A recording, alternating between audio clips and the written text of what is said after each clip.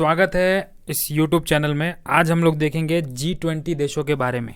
आपको पता ही होगा कि 2023 G20 की जो अध्यक्षता है वो भारत के पास है और ये हमारे लिए एक अपार गौरव का पल है कि दुनिया के जो बड़े विकसित, विकासशील और जो महत्वपूर्ण देश है उन देशों के राष्ट्राध्यक्ष एक साथ भारत आएंगे, शिखर सम्मेलन में शामिल होंगे और भारत इसकी मेजबानी करेगा।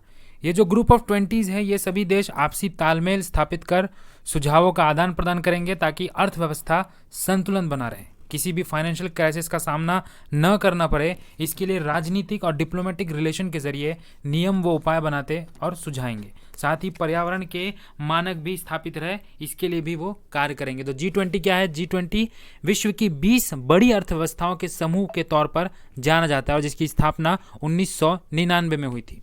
तो G20 की जो अध्यक्षता है वो अभी इंडिया के पास है।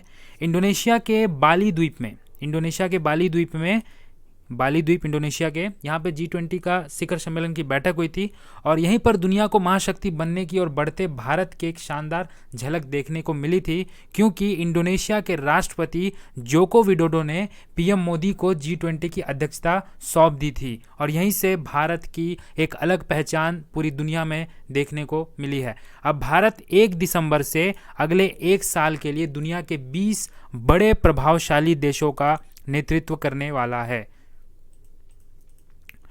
यह विश्व की प्रमुख अर्थव्यवस्था के वित्त मंत्रियों और केंद्रीय गवर्नरों के बीच एक परामर्श मंच के रूप में स्थापित किया गया था 1999 में।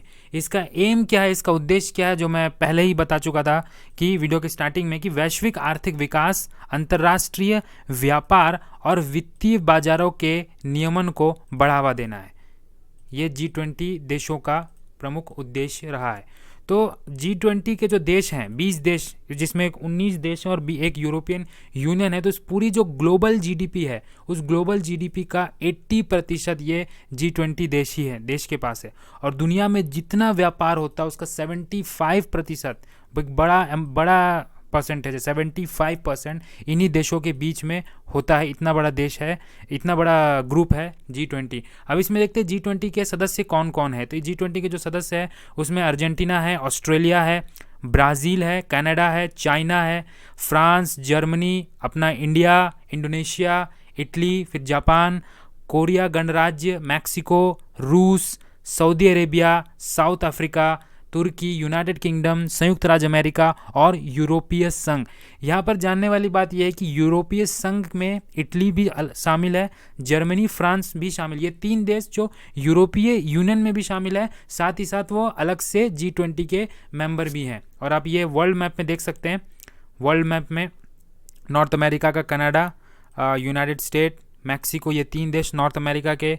उसके बाद जब साउथ अमेरिका में आएंगे तो ब्राज़ील और अर्जेंटीना। अगर हम एशिया की तरफ देखें तो हमारा इंडिया इसका हिस्सा है, सऊदी अरेबिया इसका हिस्सा है, चाइना इसका हिस्सा है और इंडोनेशिया इसका हिस्सा है और रशिया भी है। टर्की भी इस देश का G20 का हिस्सा है। अफ्रीका से अगर देखेंगे तो एकमात्र देश है वो है साउथ अफ्रीका, वो जिसका हिस्सा, और एक बच जाता है ऑस्ट्रेलिया। तो ये 20 देश बहुत इंपॉर्टेंट है। कौन से कॉन्टिनेंट में आते हैं वो भी बहुत इंपॉर्टेंट है। तो ये पूरे वर्ल्ड मैप है वो क्लियर दिख रहा होगा कि कौन से देश किस कॉन्टिनेंट में है और ये सारे देश इंपॉर्टेंट है। मैं यहाँ जापान और साउथ कोरिया को भी भूल गया था, ये भी एशिया का हिस्सा है। तो ये देश जो 20 देश है, इन 20 देश का नाम आपको याद होना बहुत ज़रूरी है। तो ये सारे 20 देश G20 का हिस्सा है और इस सभी देश के राष्ट्राध्यक्ष जो हैं वो भारत आए हैं और इनकी समिट में शामिल होंगे और G20 की अध्यक्षता जो है वो भारत कर रहा है। धन्यवाद।